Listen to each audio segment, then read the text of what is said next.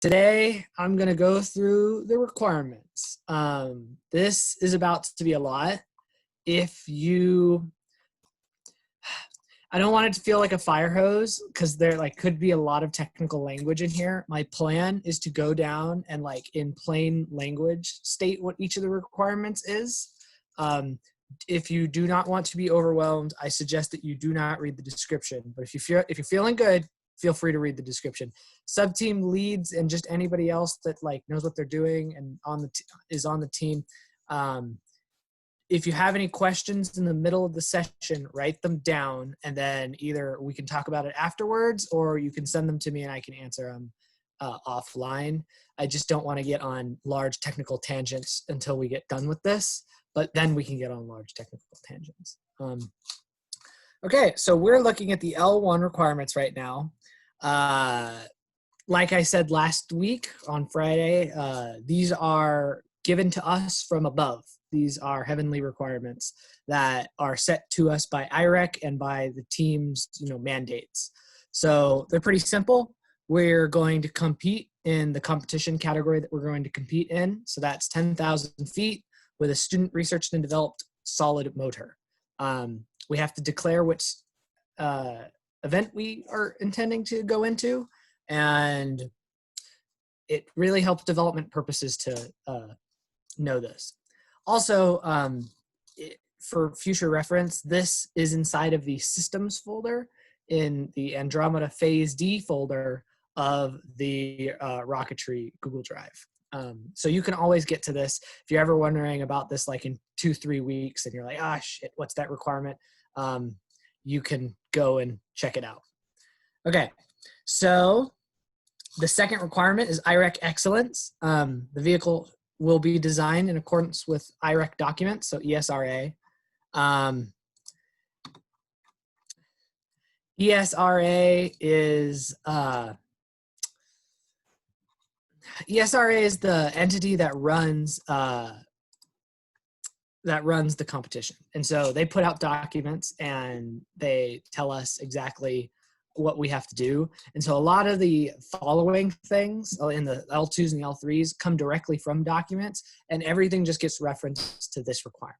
So we have to adhere to competition rules, and this is the requirement that says we must do so. And then the last thing is the Olin Rocketry precepts, founding precepts, which is the vehicle will be as student designed and built as possible. And that's just more of a goal to hit, but it feels like we should explicitly state it because that's the point of the team. Okay, let me move this bar on the bottom so I can get to the next thing. All right, these are the system L2 requirements. So these are the things that the rocket as a whole needs to do.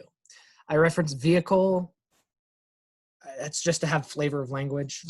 So I'm not just saying the rocket the whole time. The vehicle will be, we're targeting plus or minus 100 feet of 10,000 feet above ground level. And inside of this requirement is where we actually don't launch straight into the sky. Oh, I said phase C. Let me check that chat. It's Andromeda Phase C, and it's in the systems folder. And then this is called the master requirements matrix. Okay, where was I? Oh yeah, so we don't launch straight up into the air. We launch at an 84-degree angle. And so these calculations this tells us that we have to put the 10,000 foot 84-degree calculations into effect. Next one is all energetic devices should be able to be safe. So that's anything that can hurt anybody. So like compressed gas, rocket igniters, black powder, very large and dangerous springs, blanket category. Also at this point, I'll say that there's, parent requirements and then source documents sometimes, and then how we're going to check that these requirements have been met. So sometimes it's like analysis, if it's like thermal loading, like if we're just going to do math on paper, that's in the analysis. Or if it's like it needs to weigh this much, we'll just inspect it. So we'll put it on a scale and see what happens. And then there's notes, because sometimes things can not be, can be a little unclear. Like how this one does not apply to propulsion because propulsion will be controlled by the competition's relay ground motor ignition system, which has thousands of safeties rigged into it and is built to not explode. Okay, pressure vessel burst pressure. We have to construct our tanks and anything that's under pressure to a certain threshold, and I believe it's twice. So it has to burst at no less than twice the maximum expected operating pressure, and this does include the combustion chamber. So everything has to be designed for twice the max expected load. There's a requirement for pressure testing. So anything that's going to fly, any pressure vessels that are going to fly, and this includes the combustion chamber, have to be proof pressure tested to 1.5 times the maximum operating pressure for twice the time. So if we're intending to fire our engine for 5 seconds at 200 bar, we have to test it for 10 seconds at 300 bar.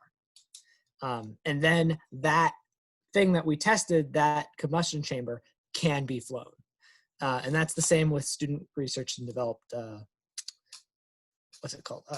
air pressure tanks. And that's also true with modified commercial off-the-shelf tanks. So anything that we put our hands on, they don't trust it anymore, so we have to test it.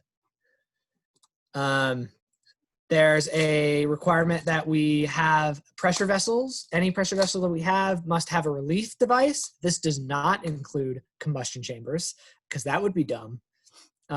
That is set to open if the pressure gets above the maximum expected operating pressure. So this is just a safety. Okay, that's a lot of pressure stuff. They talk a lot about that in the competition because that's the biggest place that people can get hurt. Can't use PVC, quantum tube, or stainless steel in any load-bearing capacity. I know PVC and stainless steel is because it turns into shrapnel if it disintegrates, as opposed to other things which kind of just banana peel. Quantum tube is just a weird material that they sell on the internet. Quantum tube is like what if you were going to build a rocket from scratch. You'd order it. It's super strong, but it's proprietary. In my head, it's kind of like blue tube, which is like a military grade cardboard.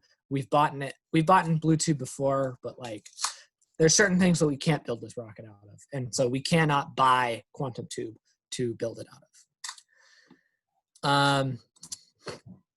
Stress factor of safety. The minimum factor of safety for all load calcs shall be 2. So that means that when we're running this thing through the gambit on FEA and mainly FEA, as long as we have above a factor of safety of 2 throughout the system, we're good. And then this is just stating that all systems shall go through thermal load analysis. Eventually, once I get a good feel of what the temperature gradient will be, because as you go up into the sky, the temperature drops dramatically. I will be putting bounding boxes on this. So hopefully as engineers, we can just go in, put what we're starting at and what we're ending at and see what happens thermally. This is to do with mechanics mainly. This is our main mass requirement. The vehicle itself shall not weigh more than 17.893 kilograms without propellant. And what that means is that later you'll see that I've stipulated an amount of impulse, an amount of energy that the engine must have. If we go above this weight, we won't hit 10,000 feet with that given amount of energy. So it's about balancing these needs. And that's kind of my job now that these are all written, is as people say, hey, I can't make that, and then we have to change other requirements so that everything ends up in balance. You'll see a missing power budget, which is going to be implemented after I talk with Sparsh on Wednesday.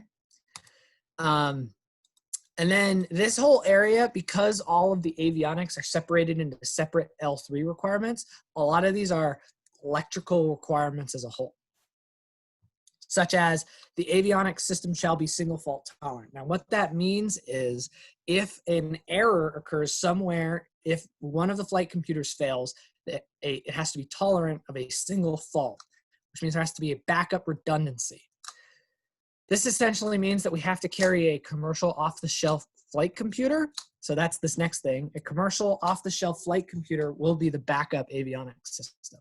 So that has to be able to trigger our recovery system if our primary flight computer fails.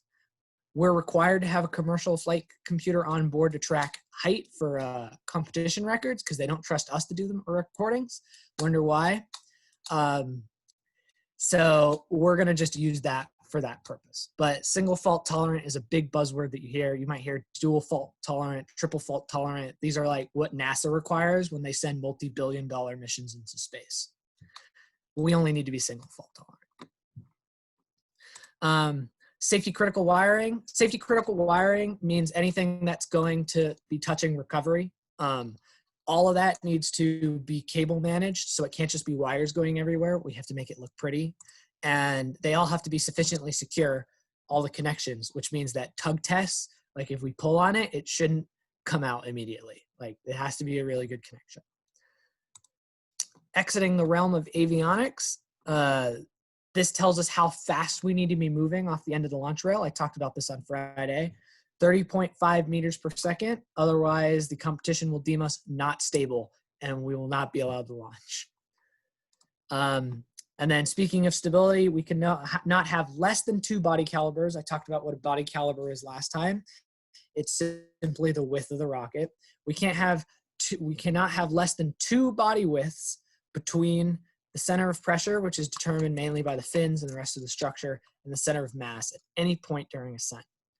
And then on the other side of that, we cannot go over 6 body calibers of distance at any point in the flight. So we have to stay between those 2 numbers.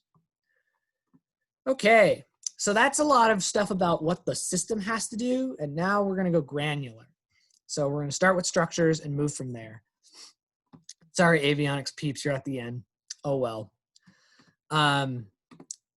For structures, we have to have adequate venting. So what that means is we have to have holes drilled in the side of the rocket such that the pressure on the inside is the same as the outside, and that lets the flight computers do their job.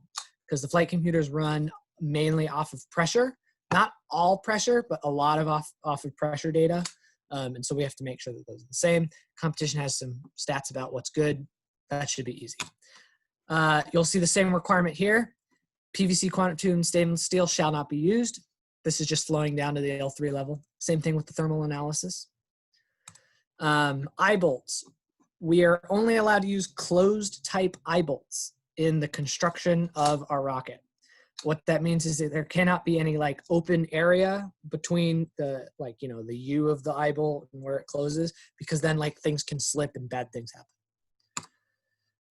Coupling tube, I showed you guys what the coupling tube looked like last time. It's the smaller tube that sits between the 2 tubes that butt against each other, and it provides rigidity at that joint. It must extend more than 1 body caliber, so 1 body width on each side of the joint. So because ours is about 6.1 inches, we have to extend 6.1 inches on either side. So that's a 12.2 inch long coupling tube, which is kind of a lot, but we have to do it. Launch lugs. Launch lugs are the thing that stick off the side of the rocket and allow us to attach to the launch rail. So if you've ever seen 80-20, I definitely didn't when I went to college, but you'll see it all over the place. It's like extruded metal pipe that has like rail channels.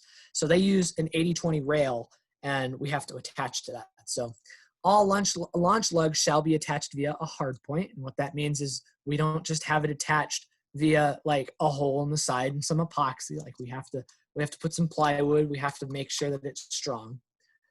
The aftmost launch lug, so the one closest to the bottom of the rocket, has to fully support the vehicle's weight in the vertical position. So we have to be able to hold it with that, and it can't come apart. And they will test this. Not from the vertical position, I don't think. They test it from hanging, but still, it has to be able to survive. This just says that the launch lugs shall fit into an 80-20 launch rail. I talked about that. And that there needs to be at least 2 launch lugs. We can have more than that, but we can't just have 1, because then it's an unconstrained system and bad things happen. This is the fun stuff, the team idea. The team ID will need to be prominently featured on the outside. That's so they know whose rocket it is. That's important. And then the Olin So the logo with the name needs to be prominently displayed along with the rocket's name, which is the Phoenix 3, needs to be displayed on the side so they know whose rocket it is. Center of pressure. So note how I said that the center of pressure and the center of mass can only be so close or so far away from each other. That boils down to me saying that the center of pressure shall not be forward of 95 inches from the tip of the rocket. And what that means is the system is designed such that if the center of mass is forward of that, we're screwed. If it's behind that, we're probably okay. So that is the structures has to design so that we are okay there. And now they can do analysis with the fins, and they can work independently of everybody else without having to figure out where the center of mass is at any given point in time. This is the beauty of systems engineering.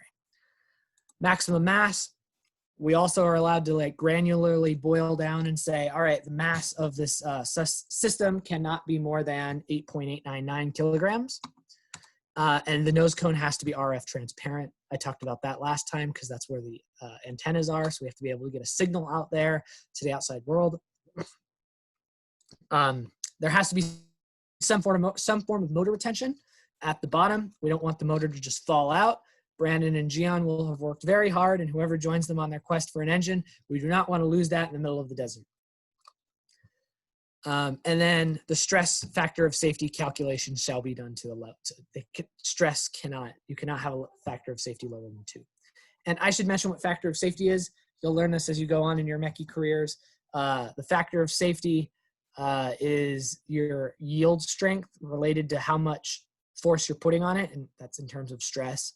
So if you're 2 times away from that, you should be good. If you're at 1, that means that you're putting forces on it where it will yield, which is bad. So you want to go twice that. And sometimes you want to go like 8 times that, but then things get heavy. And so in rocketry, we're doing 2 to be safe, but light. Okay. Kyle, I have a question. Do we have any requirements for the fins? No, they just have to make them. Okay, so should we add a note here that we need to add requirements for the fins? Well, no, the requirement for the fin is the center of pressure. They have to design the fins such that the center of pressure is a certain place on the rocket. Okay. So one side of that, right, they could just put big ass fins and everything would be fine, except they also have to stay within the mass limit. So it's a duel between the mass and the center of pressure. Outside of that, they can kind of do whatever they want. Just don't make it too draggy. There's not a requirement in for that, but don't try to be slim. Okay, payload's super easy because we're told exactly what it needs to be. It has to be 3.99 kilograms. It can be more than that, but it needs to start. It can be higher than that, but we have to hit at least that. It has to be easily removed so they can weigh it to make sure that we're telling the truth. It cannot contain hazardous materials or live vertebrate animals. That's a fun one. That's a really good one to write down. It's just going to be metal. We're not putting anything weird in there. And then it has to have the form factor of a CubeSat, 3U CubeSat, which means it's like 10 by 10 by 30 centimeters. Super easy. I would actually say that for the payload, we might not just do metal, but we might have a competition or something in rocketry where the winner gets to decide what the payload is going to be. I'm just letting that hang there. Yeah, it has to be at least 10 by 10 by 30 though, and we have to have it. So it's always an afterthought, but it has to mount into the rocket in some way. Okay, propulsion. This is the fun stuff. Actually, they're all fun, but this is fun. Okay, the propellant shall be APCP, and that's ammonium perchlorate composite propellant. That's space shuttle fuel. That's what we've been using this whole time. It's what it is aluminum powder with ammonium perchlorate as the oxidizer put inside of an epoxy. And then it really just goes for it. It burns. It doesn't explode. It burns. And when you happen to have it where the exhaust gases can't go anywhere, then it explodes. But prior to that, it just burns. I have to say that. It's not like dynamite. Okay, here's a flow down of the combustion chamber. Has to be designed to twice the burst pressure. We talked about that. Same thing here with the testing. We have to test the combustion chamber, otherwise it won't be allowed to run. Here's the last thing. The final engine design needs to be statically tested with a hot firing.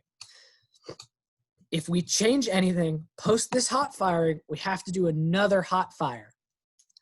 So that this has to be the last test. We can remanufacture another one, but all the design specs have to be the exact same.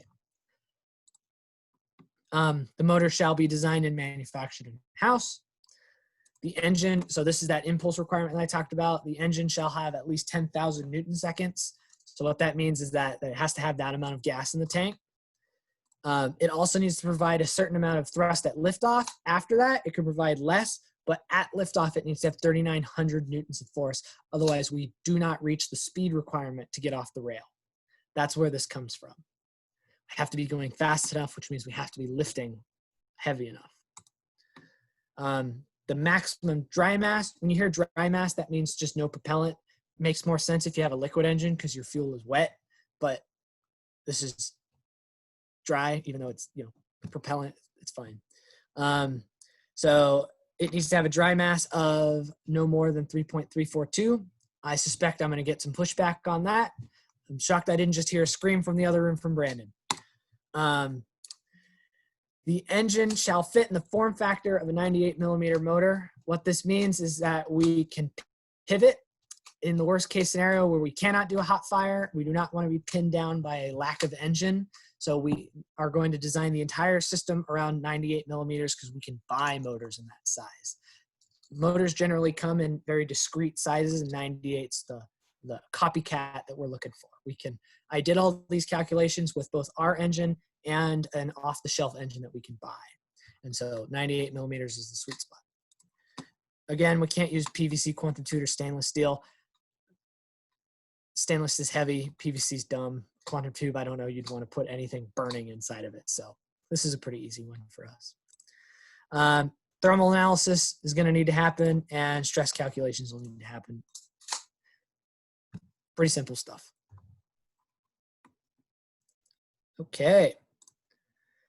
Next one is, what's this one? Recovery. The bar is at the bottom of my screen, so I can't see what I've just clicked on. I think it's recovery. Yeah, that's from the top.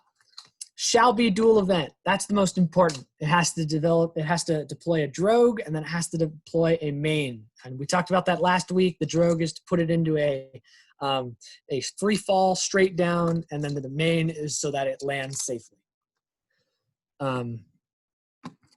Free fall is not correct. We don't want it to be in a free fall, otherwise bad things happen, but we want it to be at a controlled rate of descent as opposed to a ballistic trajectory straight down into the ground. We are required to have between 23 and 46 meters per second of descent underneath the drogue chute. That's pretty simple.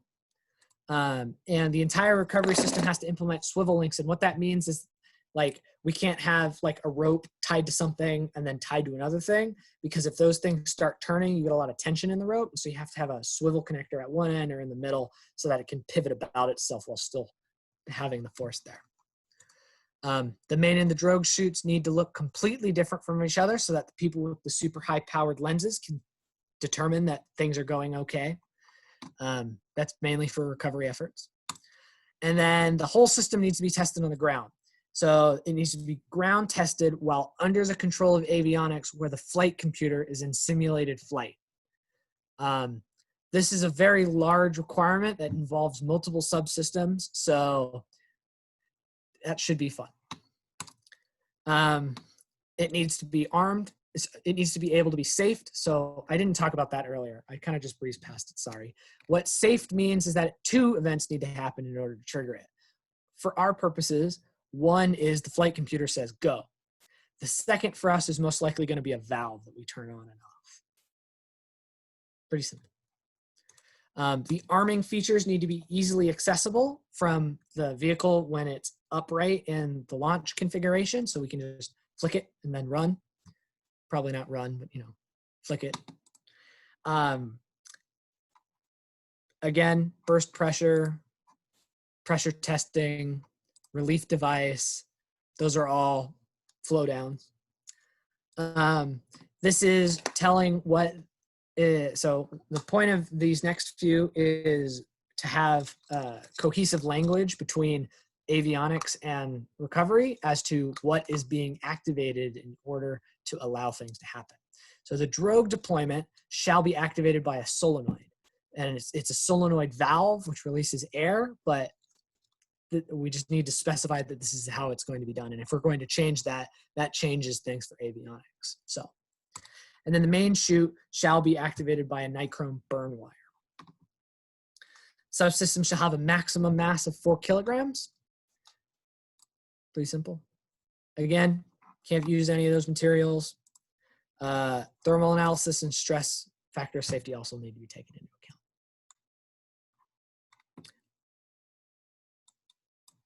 Okay, electromechanical. We're moving into avionics land. Notice how electromechanical and recovery are next to each other. So electromechanical, the point is to unleash recovery. It's to activate it. And now's the point where I'm going to bring up my fancy graph that I made today. I did it in Illustrator for all you guys. Oh boy. Depending on what avionics people are here, this could change. This is how I think of the system at the moment, but this system diagram is what Sparsh and I are going to talk about on Wednesday, and I will talk it down now. I like to start from the batteries. As a mechie, I like to think about where the power is coming from. So we have 3 sets of 3 batteries. We have 9 cells inside of this device, inside of this rocket, and they're each combined. Each set of 3 is combined to put out the necessary amount of voltage that we need, and they're all controlled by a battery management board. How I see this is that we have one battery that powers the student developed side, and one battery that's solely powering the COTS flight computer. So that if one of these batteries fail, this is all to do with the single fault tolerant thing.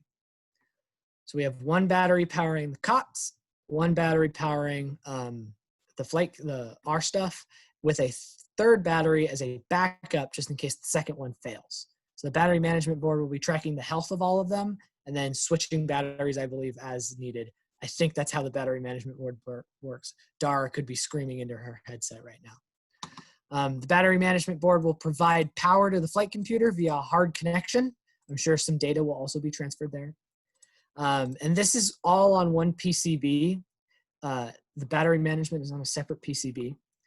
The main flight computer, so that's where all the brains will live. The sensing and the communications will all live on top. And you guys haven't seen the payload yet, otherwise it would make more sense. But this all lives on a very large PCB on the top.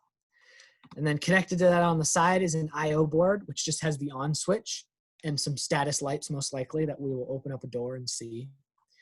And then on the other side is the electromechanical board, which I was just talking about. Now, the electromechanical board is special because it acts as the interface between the flight computer and the recovery hardware. It essentially allows us to send a signal, so like a pretty small signal from the flight computer, something that you would see more akin to a computer. And as soon as it sees that signal, it trips and sends a lot of power to the recovery hardware, because we cannot send that amount of power directly from the flight computer. Am I speaking gibberish here? Is anybody in avionics making sure that I'm not just, okay, cool. The electromechanical is a separate board, and how it ties into the recovery hardware is pretty interesting in that the COTS flight computer is designed to send out a signal that lights black powder. It's not designed to run a solenoid. So we have to up that power, which means how this might work, and we have to do more research about this, is the COTS flight computer will either tie into the electromechanical board so that the electromechanical board, upon receiving a signal from the COTS flight computer or the student developed flight computer, will activate the recovery hardware. Or if we can just like jury rig it so that we can pump the correct amount of power through, we'll just not have this and it'll just go straight to the recovery hardware. To be determined, but it'll be one of those mechanisms. There will also be some connections down here so that GPS, because we have a GPS antenna, so that'll need to be in the nose cone. So the sensing unit will get GPS data in, and the comms will be sending data out to the nose cone antenna. This should be antennas, plural, but. Okay, now that I've gone over that, I'm actually going to ask, are there any questions about this system before I go into the requirements for each piece of this?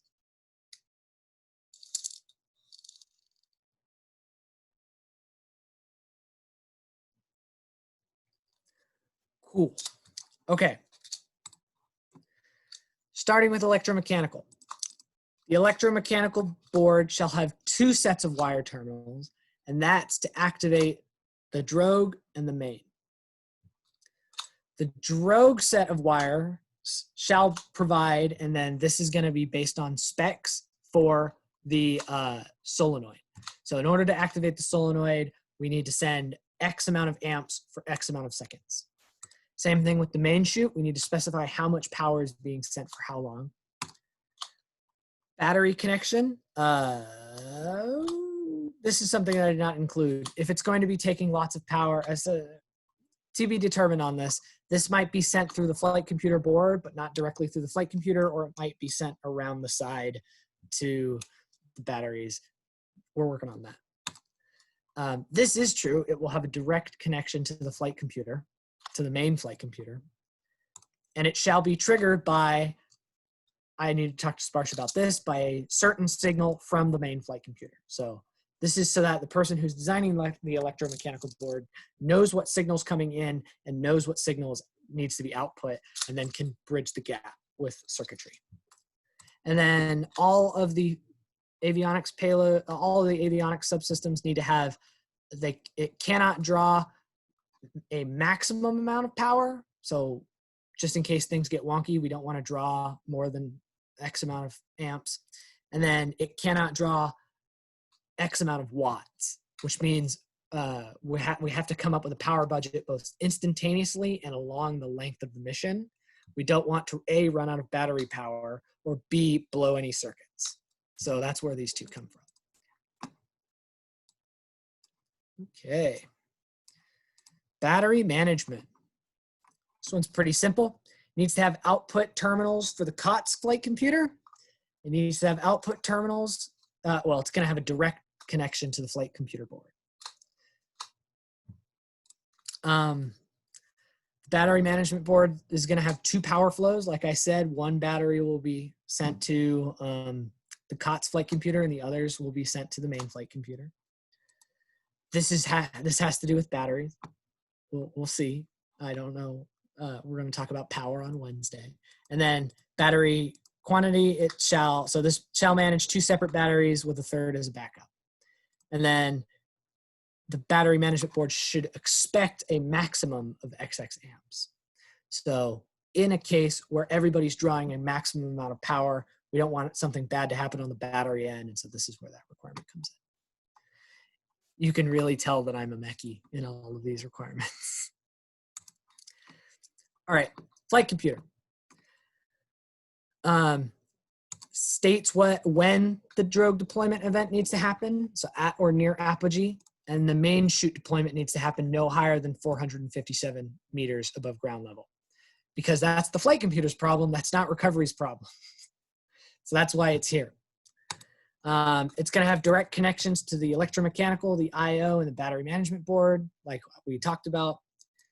The sensor input protocol, this is because we're going to have sensors, and I imagine they're going to be talking with the main flight computer in some capacity. We need to talk about that with Sparsh. And then maximum and overall power draws are there as well. I'm sure these requirements will be beefed up post Wednesday, so be prepared. Sensing. Sensor data will be provided to the flight computer from via a certain protocol from all of these sensors. I hear the word I squared C a lot. That's probably not what we're looking for, but we're going to have something there. And then the sensor data will be provided at a rate of, this has to do with the Kalman filter, is there has to be a certain amount of data provided every hertz. Again, maximum power and overall power, and then there needs to be GPS data collected so that we can broadcast our position. And that leads me to the last one, comms. According to the competition, we have to be able to change what we're broadcasting on inside of a certain bandwidth. So in the months leading up to the competition, we're told where we're going to be between something megahertz and something gigahertz.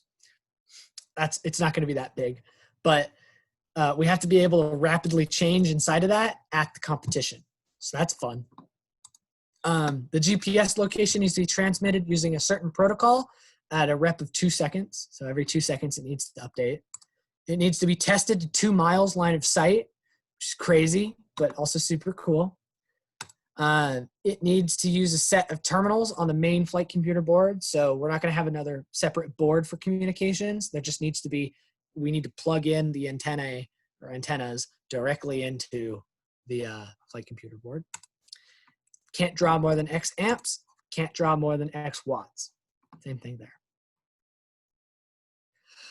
Whew, we made it. Congrats, everybody. You did it. You made it through the entire system of requirements. More will be added. This is also, like I said last week, a fluid thing. So as we learn that we need to lock down things, or as people say, hey, I can't meet that, like it's not according to the laws of physics possible. Like as we start to reach things, these requirements will change. And when they do, there will be lots of noise made. So don't worry, you will not be expected to check this every week unless you are told that something has changed. All right.